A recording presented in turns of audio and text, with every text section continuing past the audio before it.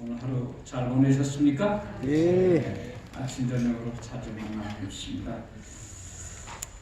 제가 그 은퇴하기 전에 천안 직산교회에서 신부를 했는데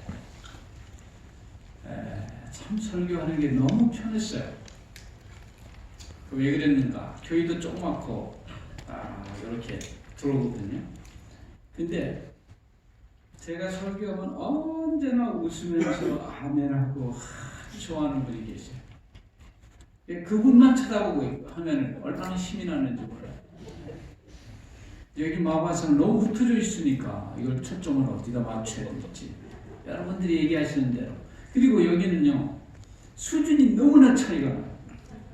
이건 뭐 우리 교단에서 은퇴하신 뭐 이런 분들도 계시고 평생 또 이제 처음 나오신 분도 계시고 뭐 어디다 맞춰야 될지 참. 그러니까 오래 다니신 분은 아유 목사님 설교가 너무 유치하다 그렇게 생각하시면 안 되고 될 수 있으면 밑에 쪽으로 이렇게 하는데 또 맨날 나오신 것만 하면 재미가 없어요.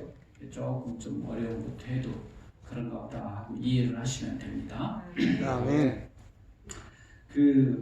제가 존경하는 목사님이 유형환 목사님이신데 이분은 평생 자기가 설교할 때 조는 사람을 못 봤대요.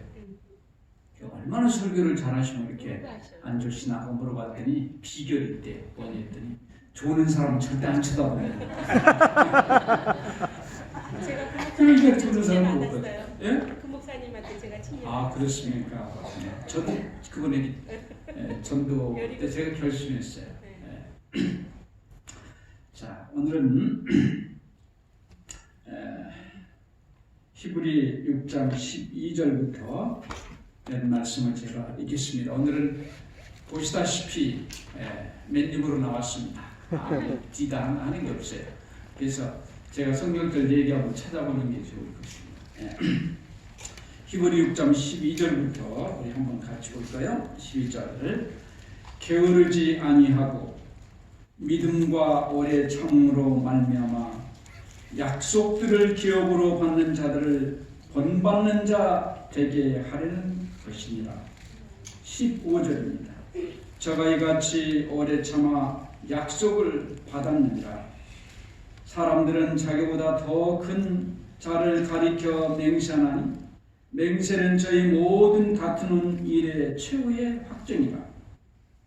하나님은 약속을 기업으로 받는 자들에게 그 뜻이 변치 아니함을 충분히 나타내시려고 그 일에 맹세로 보증하셨나니 이는 하나님이 거짓말을 하실 수 없는 이 두 가지 변치 못할 사실을 인하여 앞에 있는 소망을 얻으려고 피하여 가는 우리로 큰 안위를 받게 하려 하십니다. 아멘. 로마의 로마 공화국과 카르타고 제국이 포에니 전쟁을 치르게 되었습니다. 엎치락 뒤치락 하던 이 전세가 점점 치열하게 되면서 카르타고가 불리하게 이제 됐습니다. 그런데 참으로 다행히 로마의 그 장군인 네크로스 장군이 이 카르타고에게 이 군사들에게 생포가 되고 말았습니다. 포로가 되고 말았습니다. 이 카르타고는 이 로마의 장군을 바로 죽이려다가 죽이지를 않고 이용할 때가 있을 것 같은 봤어요. 아니나 다를까 전세가 점점 불리해집니다. 그래서 이 네크로스 장군을 이용하기로 하고 당신은 지금 로마로 가서 우리와 강화 조약을 체결하시오. 만약에 당신이 그 강화 조약을 성공시키지 못한다 할지라도 당신은 다시 이 감옥으로 돌아와야 하고 약속을 지키겠소. 이 사람이 갈등을 했어요. 내가 다시 돌아올 수 있을까? 또 가면은 이 강화 조약을 성공시킬 수 있을까? 그는 가겠다고 대답을 했습니다. 그가 국가를 위해서 뭔가 할 수 있는 일이 있다고 생각을 했기 때문에 거기서 죽을 수도 있지만 가겠다. 그래서 보내줬어요. 제 적장이 저쪽 편으로 갔습니다.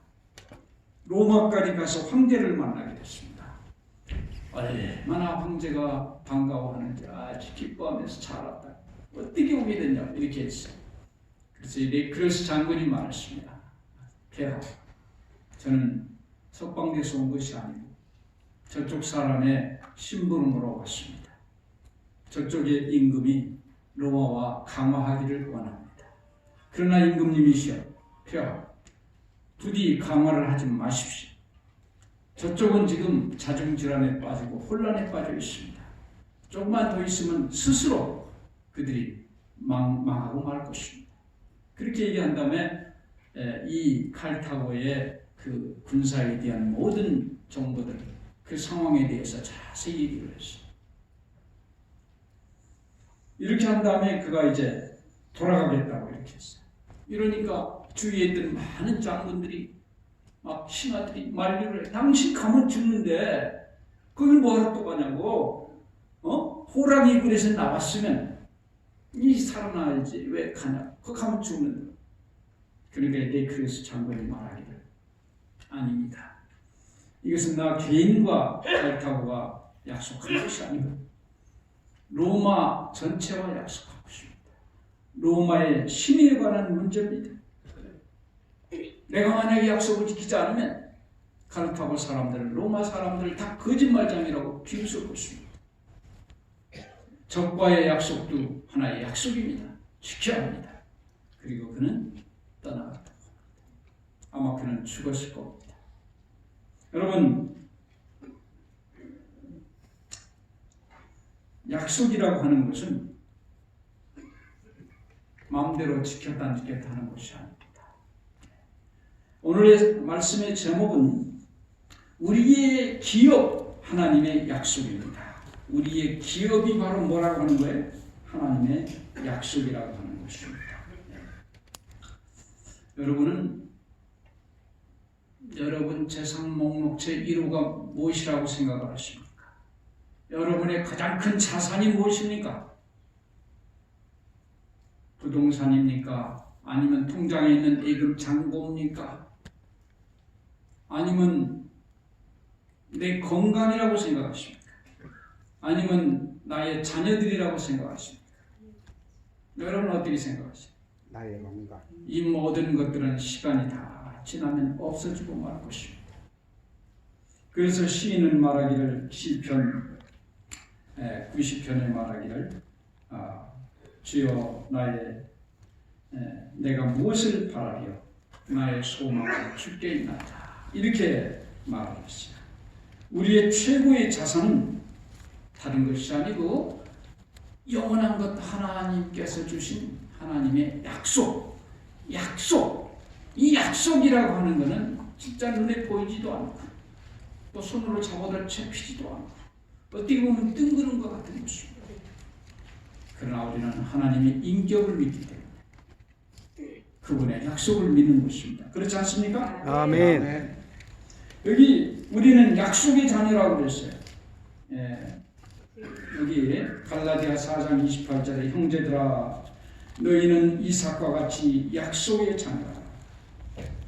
이 말은 우리가 약속을 통해서 하나님의 자녀가 됐다고 하는 뜻입니다. 우리의 존재의 이유가 하나님의 약속이라고 하는 것입니다.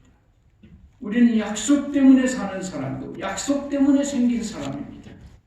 우리가 있는 이유는 그 약속 때문에 약속의 자녀라고 하는 뜻은 그렇지. 여러분과 저는 무슨 자녀예요? 약속의 자녀. 약속의 자녀. 약속 때문에 그분의 자녀가 되고 우리가 살아가고 있는 것입니다. 주님은 바로 이 약속을 반드시 지키는 분이에요. 고린도후서 1장 20절에 보면 하나님의 약속은 얼마든지 그리스도 안에서 예가 되나니 그런즉 그로 말미암아 우리가 아멘하여 하나님께 영광을 돌리게 되느니라. 하나님께서 하신 약속은 언제든지 예스. 하나님의 약속은 반드시 어떻다는 거예요? 이루어질 수밖에 없다는 것입니다.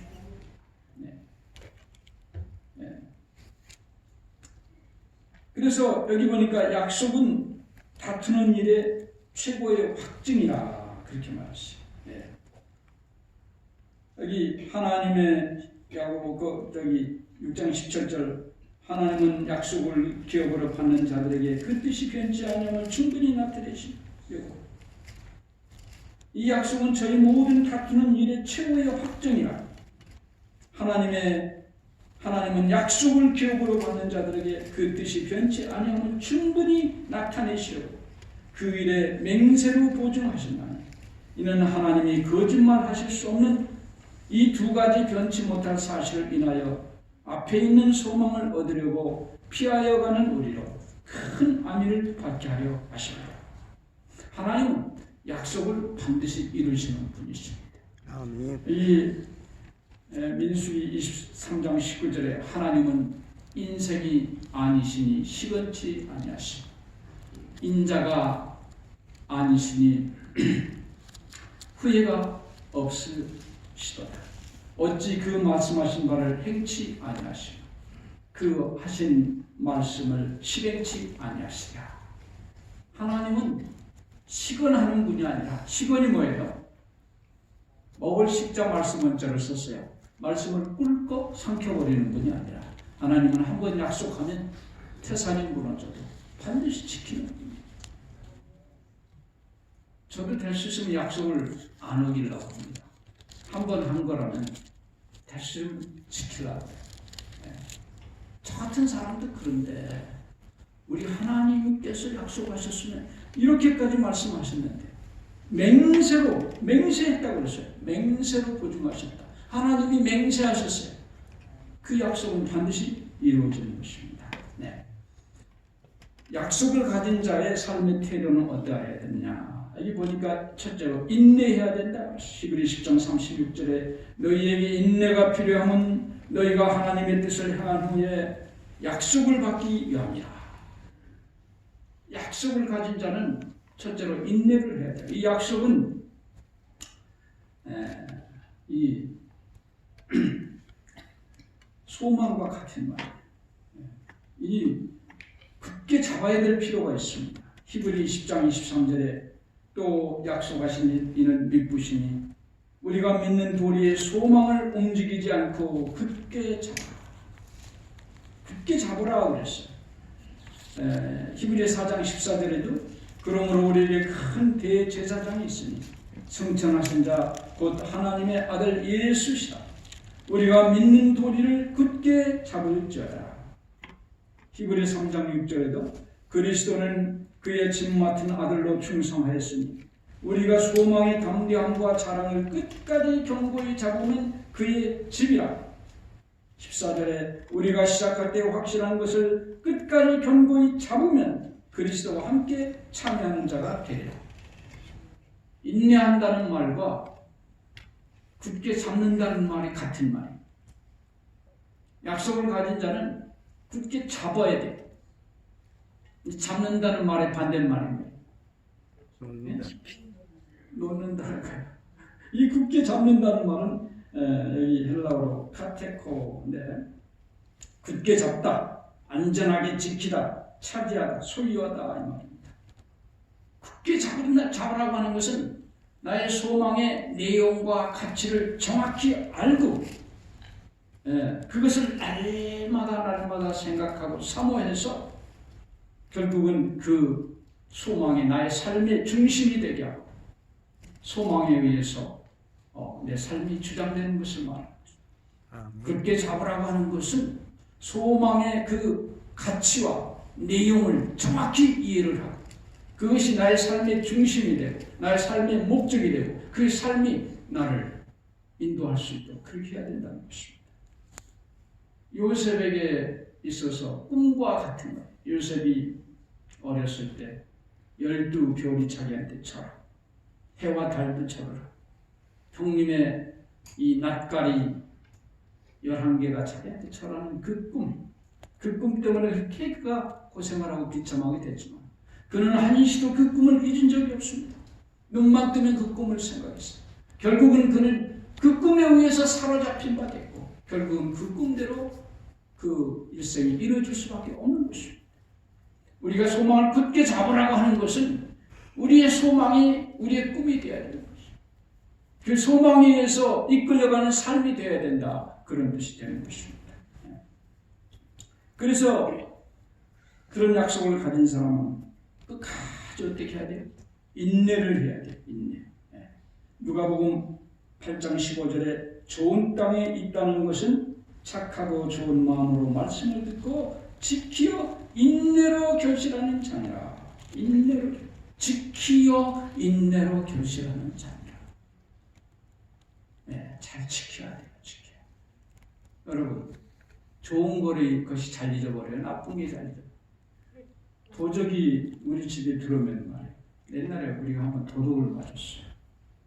근데 못 가져가라고 너무 깊숙이 놓는 그걸 꼭 꺼내갔다. 밖에 연탄재 같은 거, 쓰레기 같은 거 참 많은데, 아니 그런 거 좀 가져가면 얼마나 내가 고맙다고 하겠어요? 근데 할 수 있으면 좀 안 가져갔으면 싶은 그거를 또 꺼내갔단 말이에요. 이게 지키어 인내로 결실한다고 하는 것은 내 속에 있는 가장 좋은 거는 자주 잊어버릴 수가 있어요. 사단이가 그걸 노립니다. 그렇기 때문에 우리는 어떻게 해야 돼요? 잘 지켜야 돼요. 사단이가 훔쳐가지 않도록. 그래서 날마다 보고 또 보고 확인하 있는가 없는가. 며칠 놔두면 그게 어디로 가는지 잘 몰라요. 날마다 확인을 해야 돼요. 우리 소망도 우리가 어떻게 해야 되냐, 날마다 점검을 해야 돼요. 날마다 생각해야 돼요. 그렇게 할 때 더 확실하게 다가오며 그 가치가 나에게 더욱더 중요하게 생각이 되는 것입니다. 그렇게 할 때 안 잊어버리고, 잊어버린 사람은 꼭 보면은 어디다가 놔뒀다가 잊어버려요. 나중에는 어디다 놔둔지를 몰라요. 머릿속에서 잊어버려요. 가만히 보면. 날마다 확인을 해야 돼요. 아멘입니까? 아멘. 누가복음 21장 19절 너희의 인내로 너희 영혼을 얻으라. 야고보 1장 4절 인내를 온전히 이루라. 이는 너희로 온전하고 구비하여 조금도 부족함이 없게 하려 함이라. 여러분 인내라고 하는 것은 억지로 참고 견디는 것이 아니에요. 하나님의 선하심을 믿는 것입니다.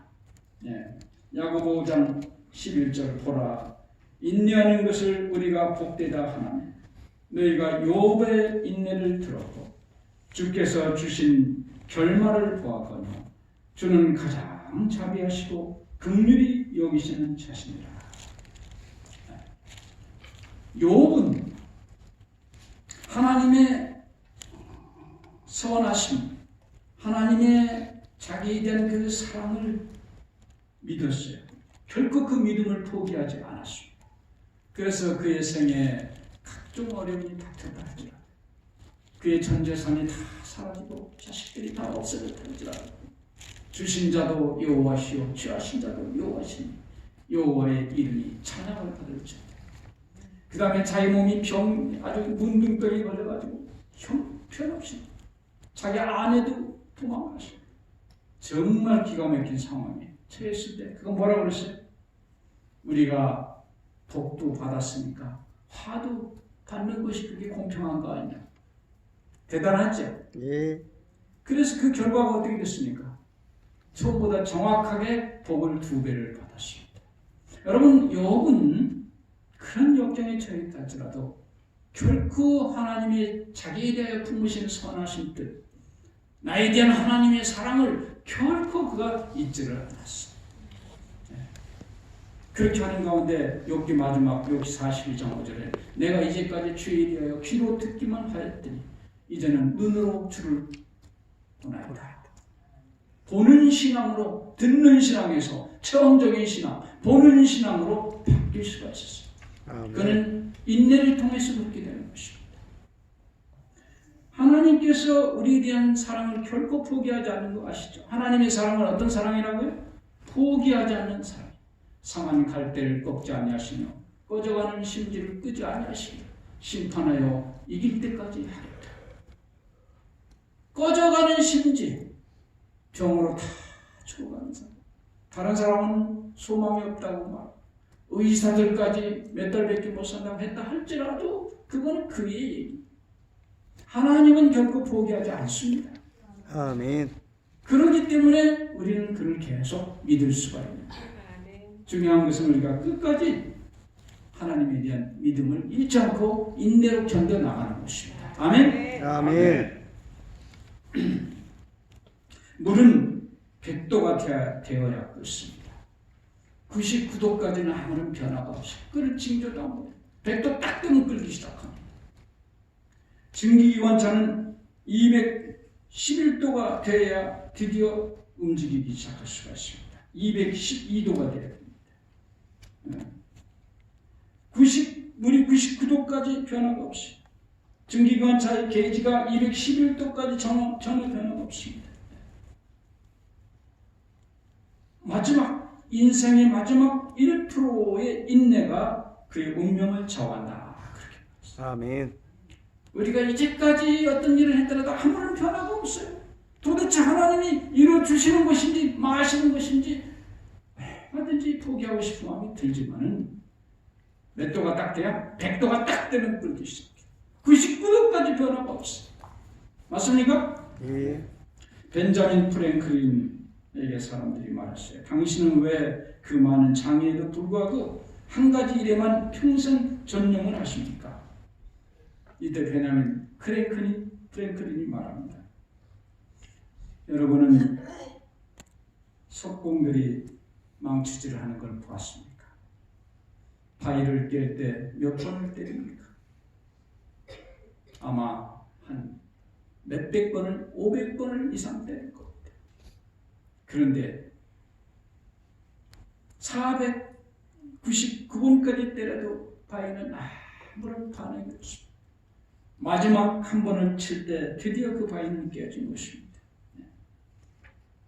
마지막 두드림이 아니었다면 그 돌은 결코 깨어지지 않았을 것입니다. 그러나 그동안에 499번의 두드림이 없었다면 그 마지막 한 번도 그에게는 의미가 없었을 것입니다. 여러분, 우리 인생은 마지막 한 번의 때림에 의해서 좌우가 되는 겁니다. 그걸 하지 못함으로써 안 돼요. 그러나 그것도 앞에 499번의 때린 그 결과 때문에 그렇게 되는 거죠. 우리가 지금 어떤 일을 하고 있을 때 어떤 걸 인내하고 어떤 걸 바라고 간절히 하고 있을 때 아무런 변화가 일어나지 않은 것처럼 보인다 할지라도 이거는 우리 눈에만 그렇게 보이는 것입니다. 그러나 사실은 그 일은 진행되고 있는 것입니다.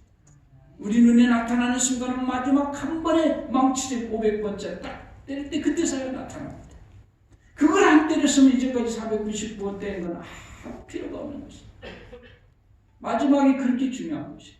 그러나 그 마지막은 앞에 499번의 두드림 때문에 그것이 가능한 것입니다. 아멘. 그래서 우리가 우리 눈에 보이지 않는다 할지라도 오늘 우리가 하는 희생과 수고와 인내는 놀라운 일을 이루어내고 있다고 하는 것을 우리는 잊지 말아야 될 것입니다. 아멘. 어떤 아멘. 동네에 우물을 아주 잘 파는 사람이 있었어요. 이 사람은 어떤 사람이 다른 사람이 파다가 실패하는데 이 사람만 보면 영락없이 서로 파는 거예요. 네. 사람들이 그래서 그에게 비결을 물었죠. 당신 어때 이렇게 우물을 잘 파냐고. 근데 그분은 주로 다른 사람이 파다 마른 데를 가서 파요. 네. 다른 사람이 실컷 파다가 포기한대. 근데 한 1m만 파면 나와 되게. 그러니까 그전 사람들이 거의 다 파는 거예요. 파놨다가 그 1m를 못 참고 포기를 하는 겁니다. 그걸 잘하기 때문에 대 거기 가서 조금 파면 나오는 거예요. 네. 놀라운 일 아닙니까? 그전 사람들은 자기들이 노력은 다 했지만 그 공은 못 따먹었어요. 왜? 마지막 한 번은 안 팠기 때문에. 이 사람은 다른 사람이 다 파는 거 한 번 마지막 딱 보고만 하니까 됐어요. 그러면서 그거 말합니다. 저는 절대로 우물 파서 실패하는 적이 없다. 저는 정확하게 검사를 하고 한 번 검사했으면 나올 때까지 팝니다. 여러분 나올 때까지 파니까 실패가 있을 수 없잖아요. 네. 네. 그래서 끄트머리가 중요해요. 여러분 우리는 인내를 해야 되는 것입니다. 아멘. 야고보 1장 4절에 인내를 온전히 이루라. 이는 너희로 온전하고 구비하여 조금도 부족함이 없게 하려 함이라. 예. 이 소망을 가진 자는 두 번째로 중심이신 그리스도를 중심으로 열심히 모여야 되는 것입니다. 소망의 중심이신 그리스도를 중심으로 해서 모이는 것을 열심히 하라. 그 히브리 10장 24절에 서로 돌아보아 사랑과 선행을 격려하며 모이기를 빼앗는 어떤 사람들의 습관과 같이 하지 말고 오직 권하여 그날이 가까움을 볼수록 더욱 그리하자. 우리는 우리의 약속의 주인이신 우리 주님을 중심으로 해서 자주 모여야 돼요. 모일수록 그 소망은 강해집니다. 예. 제가 지금까지 신앙생활을 수십 년 했습니다. 모이는 걸 현찮게 하는 사람 치고 신앙 좋은 사람을 별로 못 봤어요. 신앙 좋은 사람의 특징은 한마디로 교회 안 빠지는 사람이에요. 딱 보면 무슨 일이 있더라도 교회를 안 빠지는 사람은 신앙이 다 좋아요. 보니까. 네.